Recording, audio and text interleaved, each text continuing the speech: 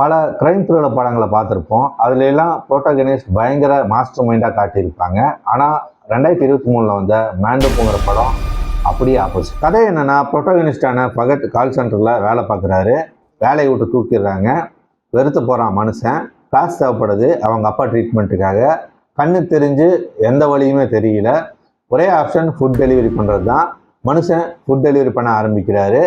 இவர் food delivery பண்ணும்போது அங்கே வேற ஒருத்தன் சரக்கு டெலிவரி பண்ணுறான், அதுவும் சவுதியில்.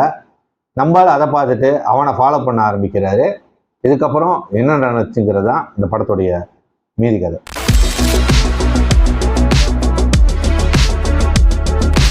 ஒரு டீசெண்டான த்ரில்லரு, நல்லாவே இருந்துச்சு. சின்ன வயசுலேயே கேள்விப்பட்டிருக்கேன், சவுதியில் போய் ஏதாவது ஏடா கூடமாக பண்ணோம்னா குஞ்சை வெட்டிடுவானுங்கன்னு. ஏன்னா அந்த அளவுக்கு ஸ்ட்ரிக்டான நாடு. அதை மீறியும் அங்கே இல்லீகலாக நிறைய நடக்குது. அதை தான் வந்துட்டு இந்த படத்தில் காமிச்சிருக்காங்க. நல்ல ஒரு மேக்கிங் இருந்தது இந்த படத்தில். ஏன்னா அந்த சவுதியோடைய அந்த ரியாத்தோடைய ஏரியா பார்த்தீங்கன்னா நைட்டு அந்த நைட் ஸ்ட்ரீட்ஸை வந்துட்டு சூப்பராகவே காமிச்சிருக்காங்க.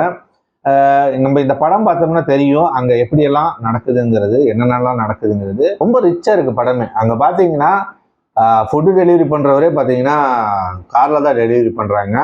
ஆனால் அவங்க காரில் டெலிவரி பண்ணாலும் அவங்க ஏழை தான். என்ன ஒரு ஐரணி பாருங்க. படம் வந்துட்டு போர் அடிக்காமல் நல்ல என்கேஜிங்காகவே போகுது. ஏன்னா இவன் பார்த்தீங்கன்னா காசு இல்லாமல் வந்து ரொம்ப டெஸ்பரேட் ஆகி தான் சுற்றிட்டு இருப்பான். அதாவது இதில் பார்த்தீங்கன்னா ஒரு மெட்டஃபோராகவும், அதாவது ரிச் கெட் ரிச்சர் தான், அந்த மாதிரி தான் வந்துட்டு இதுலையுமே காமிச்சிருக்காங்க. ஏன்னா இந்த மாடர்ன் சர்வேயில் வந்துட்டு எவ்வளோ கஷ்டங்கிறத வந்துட்டு இதில் காமிச்சிருக்காங்க. ஏன்னா நம்மளை மாதிரி சாதாரண வேலை செய்கிறவங்கலாம் வந்துட்டு நீ என்ன பண்ணாலும் மேலேயே வர முடியாதுங்கிற மாதிரி தான் இப்போ இருக்கிற விஷயங்கள்லாம் நடக்குது. ஸோ அந்த மாதிரி தான் இதை வந்துட்டு ஒரு மெட்டஃபோராக தான் அதை வந்து நம்ம புரிஞ்சுக்க வேண்டியதாக இருக்குது. இதில் பார்த்தீங்கன்னா ஃபகத் வந்து அவனை ஃபாலோ பண்ணி அந்த சரக்கு இருக்கிற இடமெல்லாம் வந்துட்டு தெரிஞ்சிடும். அதனால் வந்துட்டு சரி இவரே டெலிவரி பண்ணலாம் அப்படிங்கிற முடிவு பெறுவார். ஆனால் இவனுக்கு தான் யாரையுமே தெரியாது, லிங்க் கிடையாது. அதனால ஒரு பிளான் பண்ணுவார். இவர் போயிட்டு வந்துட்டு அந்த குறிப்பிட்ட ஒரு ஃப்ளாட்டில் வந்துட்டு சரக்கு வாங்குவாங்க. ஒரு டைம் போய் தப்பாக போய் மாட்டிக்குவார். அதனால் அங்கே டெலிவரி வர வரைக்கும் இவர் வெயிட் பண்ணி அந்த குறிப்பிட்ட ஃப்ளாட்டுக்கு மட்டும் டெலிவரி பண்ணுறதுக்காக வெயிட் பண்ணிட்டு இருப்பார். ஏன்னா அவன் வந்துட்டு பெரிய இந்த எலைட் குளிச்சிகளாக இருப்பானுங்க. அதனால வந்துட்டு இவர் போய் அங்கே போய் பீஸா வந்துட்டு டெலிவரி பண்ணுவார். அது சரியா இருந்துச்சு, நல்லா ஜாலியாக இருந்துச்சு அது பார்க்குறதுக்கு. ஏன்னா பையர் கிடையாது, அதில் பையர் இல்லாமல் நம்ம என்ன வச்சுருந்தாலும் வேஸ்ட்டு தானே. ஸோ அந்த மாதிரி இவர் வந்துட்டு அப்படியே போய் டெலிவரி பண்ணும்போது அப்படியே சிப்பை திறந்து அப்படியே எடுப்பார். அப்படியே பாட்டெல்லாம் கொழுங்கும். உடனே அவன் டெம்ப்ட் ஆயிடுவான். ஸோ அது வந்து நல்ல ஜாலியாக இருந்துச்சு அது பார்க்கும்போது. அந்த ஐடியாவாகவும் அது வந்து ஒரு நீட்டான ஒரு ஐடியாவாக கன்வின்சிங்காக இருந்துச்சு. இவன் வந்துட்டு எதுவுமே பண்ணாமல் இருந்திருந்தாலே இவன் ஃபேமிலி சர்வேல இருக்கும், நீட்டாக முடிஞ்சிருக்கும். ஆனால் அந்த பயம், நீ ட்ரீட்மெண்ட் எடுக்கணும், காசு இல்லை, நான் தான் எல்லாமே பார்த்துக்கணும் அப்படிங்கிற ஒரு இவருக்குள்ளேயே ஒரு நினப்பு வரனால இவரே எல்லாமே பண்ணணும்னு நினைக்கிறாரு. அதில் போய் தேவையெல்லாம் போய் சிக்கி தான் சின்ன பின்னமாகிறாரு. அதை தான் வந்துட்டு இந்த படம் வந்து காமிச்சிருக்கு. படத்தில் பார்த்தீங்கன்னா நீங்கள் வந்து டாக்ஸினாலே டாக்ஸி டிரைவரை வந்து தவிர்க்கவே முடியாது. ஹெவி இன்ஸ்பிரேஷன் இருக்கிறது வந்து தெரியுது.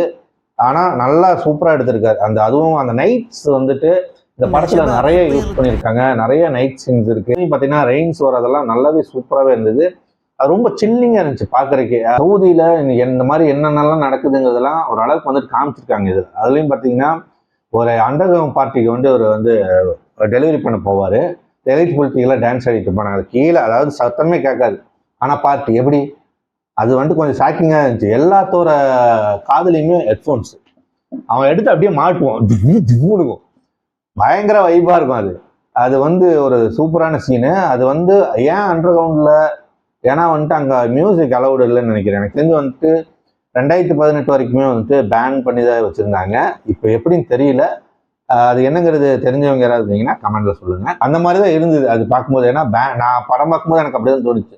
ஏன்னா பேன் பண்ணியிருப்பாங்க, அது சவுண்டு வச்செல்லாம் கேட்கக்கூடாதுங்கிறதுனால அவங்க வந்துட்டு ஹெட்ஃபோனில் கேட்குறாங்க அப்படிங்கிறது. ஆனால் அப்பவும் இவனுங்க எப்படியெல்லாம் ஐடியா கண்டுபிடிச்சி வைப் பண்ணுறானுங்க, பார்ட்டி பண்ணுறானுங்கிறது வந்துட்டு பார்க்கும்போது தெரிஞ்சுக்க முடியுது. எல்லாருமே ஒரு நல்ல ஒரு பர்ஃபார்மன்ஸ் கொடுத்துருக்காங்க. நல்ல ஒரு மேக்கிங் இருந்துச்சு படத்தில். அதுலேயும் பார்த்தீங்கன்னா இவங்களுடைய அந்த பிலீவ்னஸ், அதாவது இவங்க வந்துட்டு அந்த போய் அதை சரக்கு வந்துட்டு வாழ்நாளே குடிச்சிருக்க மாட்டாங்க போல. இவங்க லைட்டாக அடிப்பான், போயிட்டு அது பல்லெல்லாம் விளக்க ஆரம்பிச்சிருவான். அந்த மாதிரி வந்துட்டு அப்போ அதுக்கப்புறம் போய் ப்ரேயர் பண்ணுறது, இந்த மாதிரி வந்துட்டு நிறைய விஷயங்கள் இவங்களோட அந்த சவுதி லைஃப்பை வந்துட்டு ஓரளவுக்கு வந்துட்டு டார்க் சைடை வந்துட்டு காமிச்சிருக்காங்க. ஸோ ஒரு நீட்டான த்ரில்லர், ஒரு 1 hour 50 minutes ஓடுது. டாக்ஸி டிரைவரையும் பிரேக்கிங் பேடையும் மிக்ஸ் பண்ணால் நம்மளுக்கு ஒரு கதை கிடைக்கும்ல, அப்படிப்பட்ட ஒரு கதை தான் இந்த படம். பாய்.